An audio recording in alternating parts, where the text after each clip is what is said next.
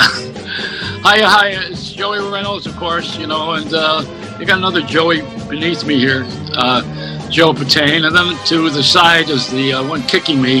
That's the side kicker. Jay Sorensen has showed up. I don't know how, but he's always drunk. But we sobered him up and got him on this thing now. I think somewhere along the line, I should explain to you that I've been watching crime movies. As Pat Cooper once said to me, I said, "Why did you leave Florida?" He said, "I got tired of watching Gunsmoke," and retired in Las Vegas now. But I'm tired of watching these crime shows. My ex-wife watches every one of them on all these channels, these offbeat channels where they show a murder and then 5 minutes of commercials. And there's a lot of them: 48 Hours, 2020, and the independent channels that are doing it, and the reels, and God, everybody's got a crime show, and they were real murders. They're documentary murders. So I think she's planning to get rid of me. And then I come here, and my daughter's got the crime shows on. I think they're probably going to collaborate on this thing. But I don't know what's happening with this country. Why we have to look at television to watch crime? All you got to do is go outside. The hell are you going to? Why turn the TV on? Move to New York. No problem. So what I've done is I got rid of my mask by isolating myself and sitting outside without anybody around me. You got to be so careful anymore. But where I am in this part of Florida, we don't have a lot of activity. This is Hernando County, and it's Hernando's Hideaway. There hasn't been too much pandemic here so far, but it's an hour away from Disney. And something tells me that when they get that park going again, we're going to have a lot of flow of traffic again. And then we'll have the disease. I hope we don't. This has been nice. The kids are actually able to go to school. We can go to a restaurant inside. And Joe Patane is in Texas. Now, he's been hiding out. Yes. Joe, sheriff said, but did you do something wrong in San Luis Obispo? They throw your ass out of there? No.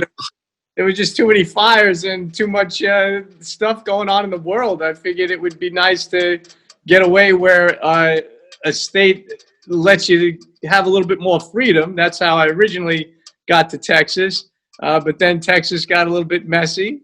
And I found a nice, pretty quiet area, real North Austin. And, that I'm alone. I got a pool. I got some relaxation. I'm writing. And it's just me, and I don't have to worry about other people and their worrying. That's the bottom line. I just wanted to take a little retreat during this unique time, and it's been really healthy for me. While I think it's been really challenging for a lot of others, I've loved it. I've enjoyed this time alone. Jay Sorensen, who's stuck in Jersey, he owns a toll booth, so he doesn't worry about it. But Jay, are you? I'm not seeing you on the screen, Jay, because I'm using my bad equipment here today. Are you there? I'm here. Of course I am. Yes. Okay. You remember Joe Patane? You ever meet him? I've never met him. No. Oh, I think I've seen him before. I think that I've seen you. At least I know who you are. Thank you. Well, Thank you. Well, Joe's a very good friend. Joe does the yoga. The big yoga. That's what I miss the most about this pandemic time is I have not been able to go into the hot yoga studio. It is deeply a loss. It's a big loss. Another reason why I'm in Texas, because it's so hot and humid here. I could do like some poses outside and feel at least it's a little similar, but it's really not the same as being in the studio, and I deeply miss it. And I'm suffering because of it. Rubbing my belly right now, my very large belly. Last 6 months has been, let's say it's challenging. But, we're used to it. The Bikram yoga has given you all of the breathing and the movement. You've got your flexibility, and also hasn't done anything for the brain. Well, it's given some freedom of the mind to meditate and settle. That is really important to have before the chaos of the world now. And the breathing for sure is fantastic. Stretching, all this stuff. Man, I really miss it all. I miss it all. And I was talking to you about it just a couple nights ago, how much I miss it and how I can't even believe that they're not opening yoga studios or how they could close them, because yoga is an essential thing, in my opinion. Hot yoga is really my thing. Bikram yoga, of course. But boy, no yoga studio I know is operating legally. A lot of them are doing a little underground activity in the back and having the doors closed and all this kind of stuff. But I'm not down with that. I don't want a police raid on, really blowing my flow of the yoga. That would be pretty unusually a contrast and not fun. But it's all good. It's all good. You got to go with the flow. This is a definite time of going with the flow a little bit longer than we thought we'd be flowing. When we were in San Luis Obispo doing yoga outdoors. Yes. Yes. Yeah. I mean, I really enjoyed that place. But San Luis Obispo, the main reason, I don't think a lot of people understand that right after a forest fire or a fire in a wooded area, there is what is known as mudslide. Because there's nothing to protect or keep the dirt intact. Right. Yeah, so Michael Imperioli, he's a good friend. Michael was up there in San Obispo, and he moved out of there because he had so many mudslides. I mean, he almost lost his house. Yeah, this happens when you live in these fancy neighborhoods. Yeah, it's incredible. If you YouTube the videos in California of the mudslides, you see it's actually shocking what nature has, the power nature has over us. Just swooshing cars back and forth along the highway and up the mountains and down. It's unbelievable. And I've seen it in person. It's hard to believe how small we are, but it's good. And again, the yoga comes in here. It's good to know how actually small we are in the planet, let alone in the universe. It's shocking what Mother Nature has over us, and we're living it right now, and hopefully we're learning from it and enjoying the planet while it lasts, and hopefully respecting it to last and helping it last a lot longer. But that's challenging for everybody. Well, traveled a lot. I really go a little bit over that because I think what you were talking about is very interesting, and avoiding international travel, because you have a friend who would travel the world with you pretty much. He was instrumental in that, I would say. Yeah. And after we got hit with this pandemic, nobody's going anywhere. There's no place safe except maybe another planet. We don't even know that. Yes, what's happened is you decided that you're going to discover America. Yes, so yes. What you did? Well, I'm glad you brought it up. 3 years ago, I started my journey in non-America. I wanted to take off from the chaos that was the division of America. And it took me a while to get to that point. I became a minimalist. I sold all my stuff. I gave away all my stuff that was left. And I got rid of my car. I'm never going to drive again. I really have minimal anything. I have a tiny mini storage, like the miniest mini storage you could have in California, just with memorabilia, things that are really important to me and personal to me and my family. But I decided to take off overseas to do all the things I ever wanted to do, to travel all the places I ever wanted to travel, to see all the people that came to visit me when I hosted them in California, in San Luis Obispo, couch surfers. I love this couch surfing community where people from overseas come and you give them a place to stay instead of a hotel. So I hosted over 1,000 people in San Luis Obispo from all over the world. Wow. And I decided as part of my journey, and I thought it was only going to be a year, my worldwide journey, round the world journey, I would visit all the nicest people, all the positive people that came from me, no matter what corner of the earth, what city, state, country, anywhere they were. And it was the best thing I ever did. And the next thing I knew, a year and a half went by and I didn't even know. So I'm like, I think I'm going to continue this travel thing. And then I met some fellow travelers, some digital nomads who were who really traveling as a lifestyle, and working from their laptop was a lifestyle even before COVID.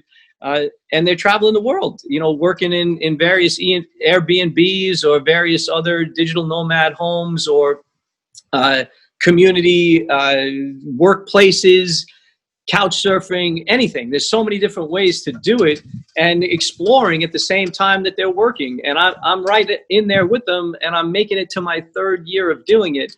But yes, March came around and COVID hit, and I was actually in Nepal, and it was getting a little bit weird, and they're getting a little bit funky. And I'm like, maybe I should get myself back to America because things are really looking grim.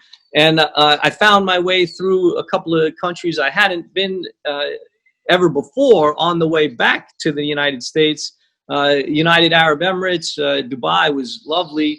I even did Prague, Czechoslovakia, some Vienna, Austria, and a Brno, Czech Republic, which was my favorite of all. And then I made the last flight out of Madrid, Spain, that came to all the way to San Francisco on Norwegian Airlines, which is amazing. And I remember it waiting about 2 hours before it actually took off. We were on the runway. So I'm like, oh no, maybe I didn't make the last plane. Maybe they decided because of COVID, I'm not going to make it back to America. But fortunately, it got up in the air and I was super psyched. I fell asleep. I think I slept the entire flight. The flight was completely packed. We land in San Francisco airport and the plane just stops like on the runway or before the gate, and we're there for over an hour. And I'm like, oh my goodness, they're gonna send us back to Spain because they don't want anyone in because of COVID.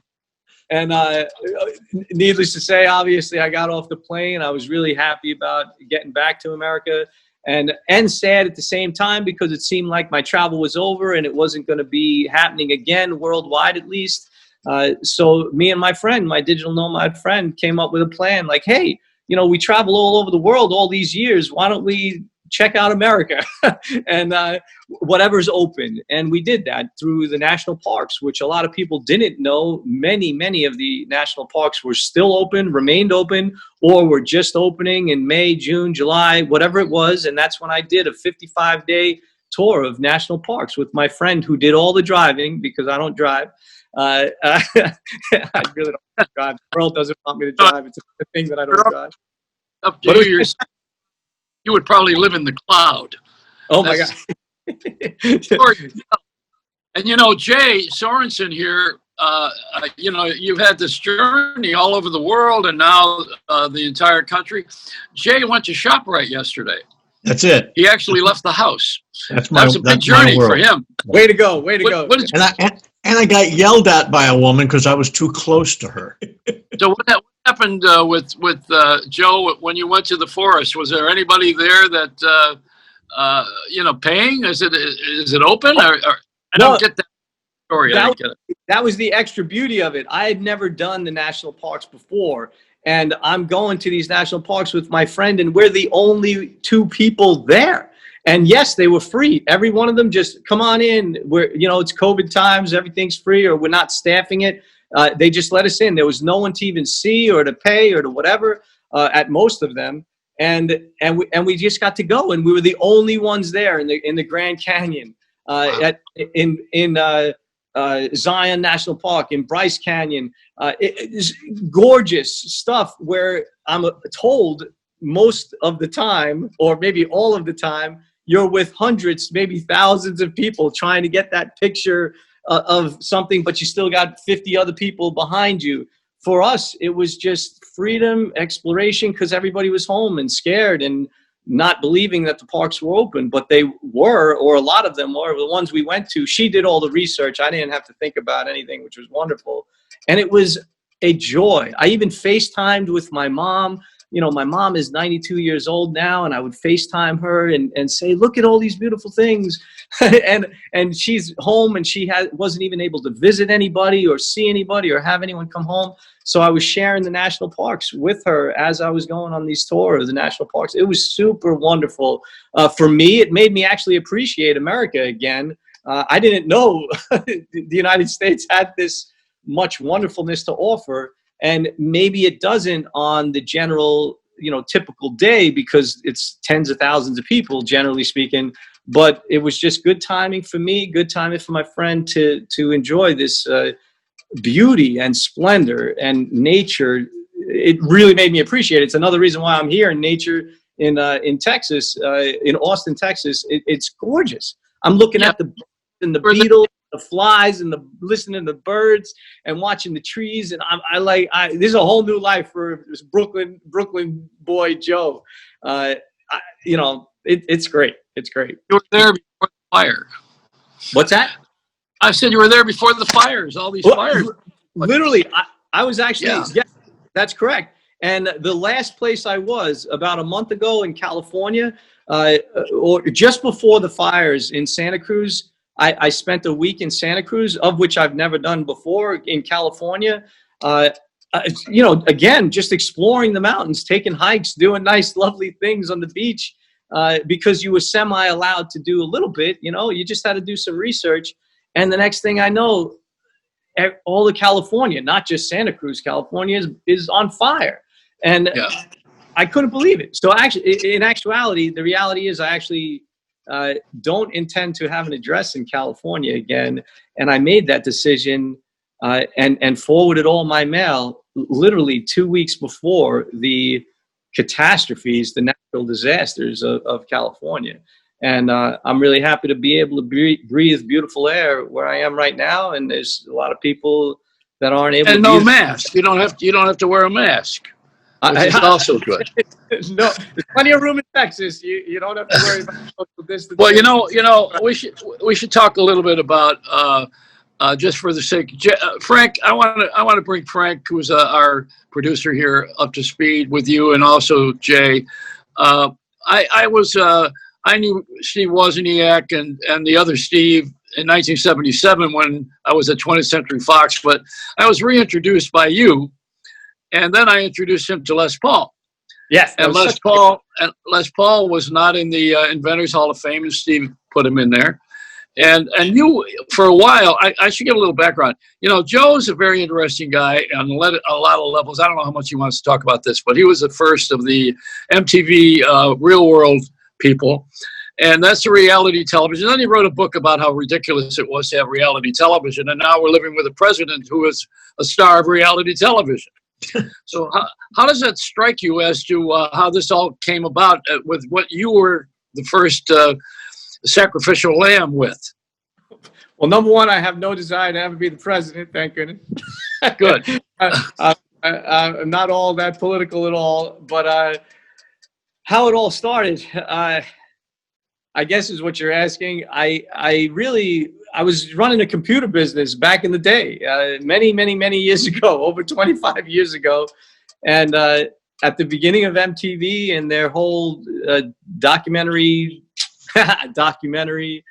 reality TV world, I saw a banner ad up in the corner of my computer because I was running a computer business in Manhattan at the time.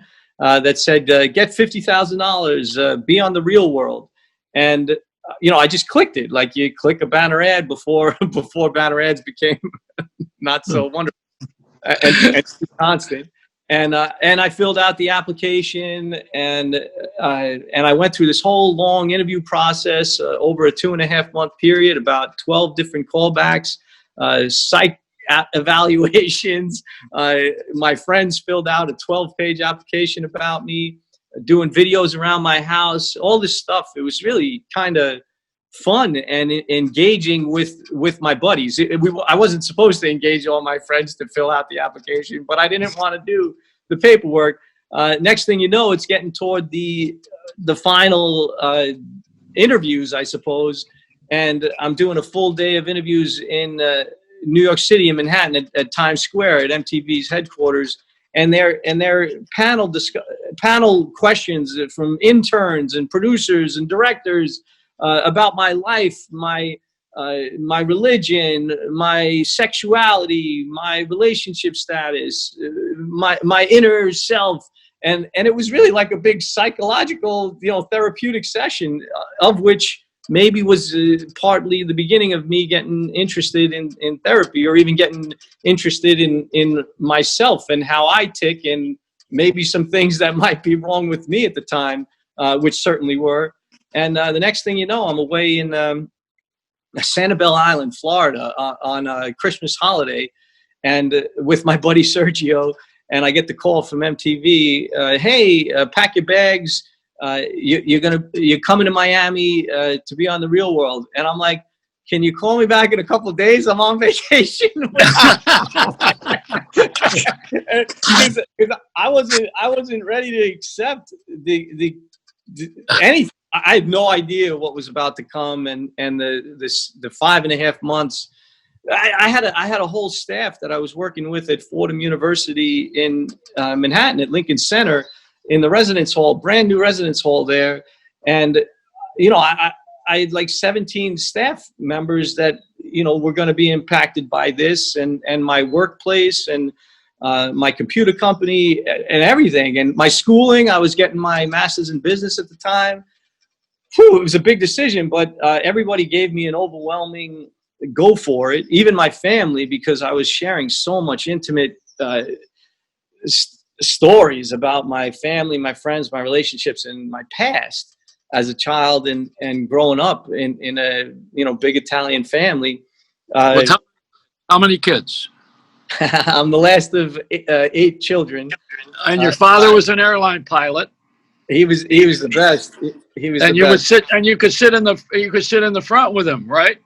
Back in the days when Pan American was the king of the skies, my dad was the king of the skies, and yes, I got to be in the cockpit with him. Now you can't even get close to the cockpit or they'll arrest you. And it was a joy when I was a child flying with him, except for the fact that I had to wear a suit and tie because I might get bumped up to first class, and all the airline stuff was classy back then, and I had to represent my dad, who was representing the airline. And I did not like wearing a suit and tie back then, and I haven't worn a suit and tie. I don't even know since when, maybe a wedding years ago, but it's been a long time since I've had a tie on this neck. Well, also, when you were doing The Real World and the cameras were following you to the bathroom and to your sex life and everything else, you came home to your father and you tried to escape. And they greeted you at the airport. You could never get away from them. Is that correct? Oh my goodness. I had this little plan because I flew so much prior to being on the show. I knew a little bit of tricks of the airline. If you could change your ticket last minute at the counter and get the plane that's going before, if you get there just in time. So the crew that was following me everywhere I go, no matter even if I flew out of state, I would get on the flight before them, that was flying an hour or 2 or 3 before them. And I would have this 2 or 3 hour beautiful, wonderful time alone and without the cameras that were hounding me 24/7 in Miami. And I could be with my family. I could be with my relationship. And have just some downtime because it was really devastatingly, unbelievably, you can't imagine the invasiveness in your private life. You don't even know what's private in your life until you go through something like that. And it was a joy because even when I would get to my home in Brooklyn, my mom wouldn't let the cameras in. Little did I know that was even allowed, but my mom, knew that I was feeling pretty darn unhealthy about having this experience, and the cameras and the sound guys and the people getting waivers signed everywhere I walked in the street or wherever I went. My mom knew, hey, this isn't normal. This isn't healthy. You can't come in the house. And they would knock on the door. I remember Easter of that particular year. All the crew are outside my door. And trying to get in and saying, hey, you signed a contract. It's your obligation. You're a hero. You're a champion. You got to share your family life with the world. And my mom was like, nope, you're not in here. My son is my son, and he's here, and it's our house, and you can't come in. I love my mom so much for that, and I'm so grateful for that. And I remember my sister, Christina, came out with a plate of food. Thanksgiving, I think it was Thanksgiving dinner that day, and she shared it with all them because they were just bumming on mom's porch in Brooklyn because they weren't allowed in, but at least they got Thanksgiving. It's unique times. There's so much about that. I wrote 2 books about it. Living in Joe's World, and It's All Good, It's All Love. You can get them on Amazon.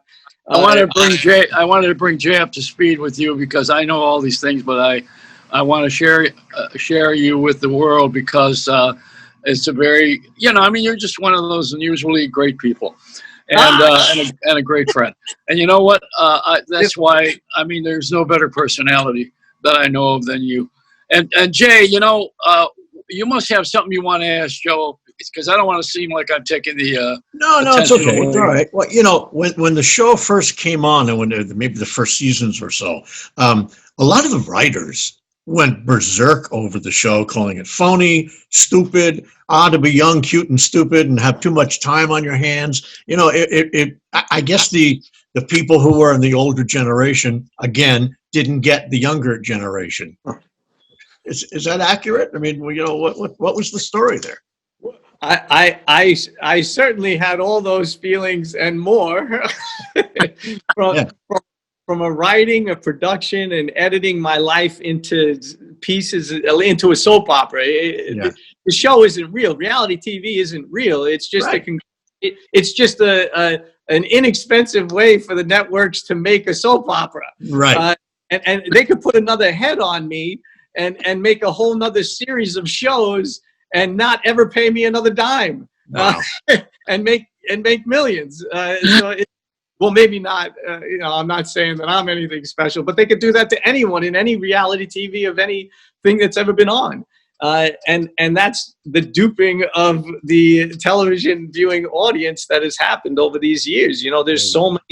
There's so few actual television shows, and most of them are reality shows because they're so dramatic and out of control, and they really get people to watch because it's train wrecks you're watching, and you want to watch train wrecks because they're entertaining and they make you feel better about yourself, I guess. But for me, I was part of that train wreck, and it's but you capitalized on it. You were able to turn that into something. That capitalizes I was able to turn a true negative in my personal, professional, and mental health life, because it was extraordinarily damaging on all fronts of that.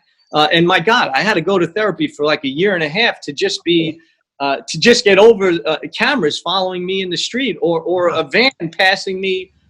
Because I was afraid of the vans, because they would have vans that followed you, and they'd swing the door open, and even though you thought you got away in your car, they would be filming you, and you had a microphone attached to your waistband 24/7 that you couldn't touch, or they'd charge you $10,000. And so they were actually recording you everywhere, and they knew where you were because you had like a GPS on you or something. I couldn't believe they would go through these lengths and this expense to do this stuff. So anyway, capitalizing on it is basically me just telling my story about what actually happened. I didn't make a ton of money by it in any means, and I had to rebirth my life into different things, which I think that is the best part. It expedited what's a real relationship in my life and what's not a real relationship in my life. Obviously I broke up with my fiance because of it, which is not a bad thing by any means. I think I got stronger relationships with my family because they were almost my protection. And the only ones who only really understood what I was going through or knew who I was before the show and didn't care who I was after the show or what I was in relation to the show. They just wanted Joe, and they kept me down to earth. And my greatest friends, only a handful of them. I probably eliminated 95% of the people in my life at the time. So with all of that, you've done some great work with Camp Was. That was a turning point. You reinvented yourself. You made money on your own, and then you went back to work. You didn't live off of that. As a matter of fact, you didn't like it anymore. And as I understand it. So then you got friendly with Steve Wozniak, and you started Camp Was, which was a give back, one of the first of the give backs. And you created an environment, since you were a social worker and a graduate, and at Fordham University, we should go back to that. You had that training.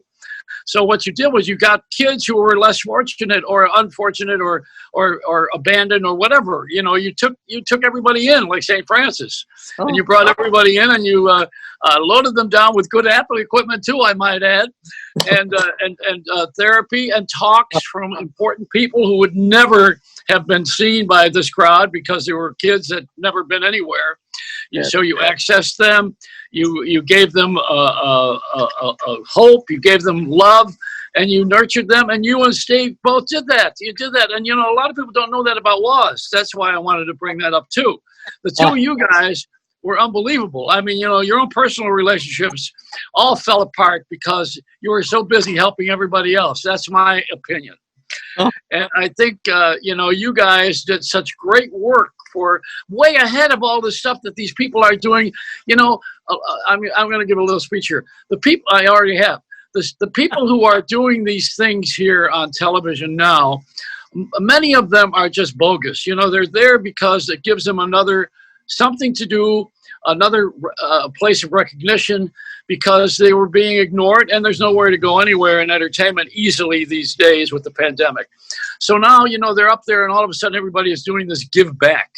Even Oprah, she doesn't know where she's going. She's not, Oprah's not the Oprah I met years ago. I'm just saying that loud and clear.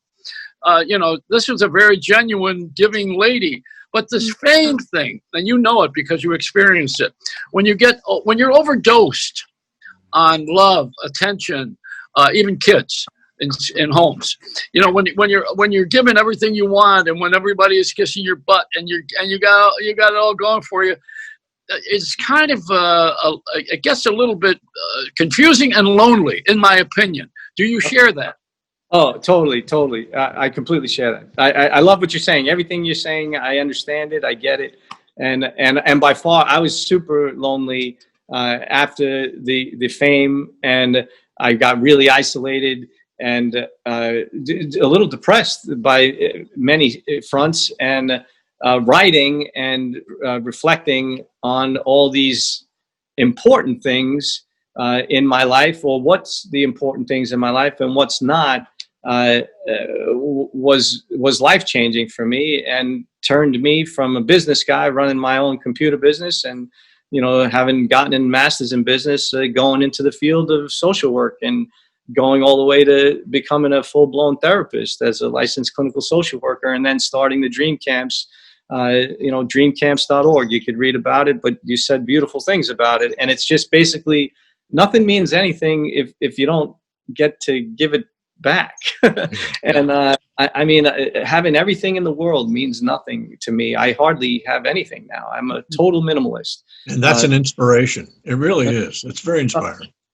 Thank you. Well, it's inspiring to me to see how someone reacts to giving, and how it just spreads, and there's love in that, and there's no division in that. And if you love and you give and you do it without anything expected in return, it's just, I think, what is truly being human. And it's brought me to where I am today, and I'm really, really lucky to have that. But obviously I had parents that instilled that in me, and a fantastic family, and wonderful friends throughout my time, and teachers and mentors, and like all that. And Joey, I mean, Joey's an example of it too. I mean, you give of yourself every day, Joey, to the world, right? So it's not yes, he does. Still doing it. So it's not easy. Well, generosity comes from minimalism, because when you don't have anything, you're not attached to the material. And then you can concentrate on someone else. Yeah. If I'm busy taking care of and I believe me, I'm guilty of it, of taking care of my possessions and everything that I did and I own, and it's me. When I do all that, I'm not thinking about anybody else. Right. And I'm not going to give anything, because there's nothing left to give anyway. I already gave it all to me. But I love you. And Joe, you're a spirited human being, and I wanted to do something with you on the air. Because I know that, this is a very curious time. We've hit a bottom in many ways, and that means we'll change. And I see where, there's a lot of ways to look at this. That, somebody thinks that God's taking care of everything now because he doesn't like what we're doing. There's a religious perspective. There's the spiritual one, which is also could be religious, of Mother Earth is crying out because we've abused it so terribly. And then there's the one of the materialism, which is, I don't have a job, which also is true with me. But, but I'm not looking for a job. I'm looking to do things for other people. And then I will get back when I'm supposed to get out of this situation. And I think that's where we're at right now. I mean, I am in my person. It's beautiful. That's beautiful. I love it. I love having the opportunity to talk to you and see you and have this kind of conversation. It's so healthy for the world. I really appreciate being on here and thank you for it's great to talk about it and to share it. And maybe other people will get to understand it. I'm in a good spot, and I'm really lucky, and it's because I have people like you, and the love that I have with people like you, and I'm able to share that, and it comes in return multifold, and it's really wonderful. I want to mention one other thing because it's fun. One of the you have attracted a lot of people in your life, and I'm just going to pull the name out here because I happen to like Drew Carey. And I think, Drew is he's a big fan of yours, and a big supporter, I know, through the years. But he's very funny. And a lot of people don't, when you watch The Price is Right, you don't really get, Drew is very funny. I mean, he's one of the funniest stand-up guys. When I went to see him, I cried laughing, and I could pee from because he was really, and his takeoff, and you know what he said? I could repeat this now. I hope he doesn't get mad at it. But, he said that Bob Barker and he on The Price is Right, because Barker was the host for so many years, and he's just still alive and still going, and he's in the wings, and he pops up once in a while. He said it's like the two popes. He said the one is still with us, and he won't go away, and the other one, and I got to, you know what I mean. He did that whole thing, and then of course winning the appliances on television, and then you go home and find out you got to hire 15 people to install the spa, and the refrigerator doesn't fit, and I mean he's so real. Yeah. Are you still relating with him, or are we? I was just with him a couple months ago. Yes, he's always a constant in my life, and I'm very, very fortunate to know the people I know. And it's not because of their fame or what they do. It's straight up because they're all love and they're all giving and they're just good people. And Drew just happens to be a really good person that's super funny 24/7. So I completely understand and hear what you're saying. It's a joy to be around him. But we also have a really deep connection too. One of our main connections was on the social work level when we first actually met at a Bob's Big Boy in Burbank, California, years ago. We connected on the teen challenges of the day level. And how he went through struggles as a teenager also, depression and suicidal thoughts, and completely related to the work I do with teens then and now. And we've always talked about it, and it's all part of human nature. And again, he's the biggest one to say that money means nothing. It's all about what you give back. Yeah. And even that way on The Price is Right. He's like, what's it all about? he said that kind of stuff. He's like, oh, good for you. You just get to pay a whole lot of taxes next year. But you guys are a sketch together. Now, listen, before we got to talk about your videos and your music. What do you want to hear? Produced all of these hip hop things, and what happened, and the dance. And Sure. I mean, back in the day, I started the entire Kids Teaching Kids hip hop series of videos, and this was all with my nonprofit foundation from the beginning. It was 21 years ago, and Learn to Hip Hop volumes 1, 2, and 3 exist and are still out in the world, being shared with everybody, and kids are dancing literally all over the world with it. It's really fun because occasionally I get emails or messages or even little video clips of kids doing dances in wild countries all over the world that just got a hold of the videos, which is really, really lovely. And all the proceeds of that go back into the nonprofit world that I'm in. And, the books I wrote, Living in Joe's World, right after being on the television show, because I'm the only one who got to write a book about the show. And that's a very long story that we don't have to do here, but I think we've talked about in the past on your shows in New York City. And then It's All Good, It's All Love, my post reality TV world, and my decision to leave business and become a social worker and work only in nonprofit world, and do the dream camps that I do for youth, challenged youth all over the world. And that you could find at dreamcamps.org on the web. What else do you want to know? So you have all of this stuff, and people need to see it. They need to know.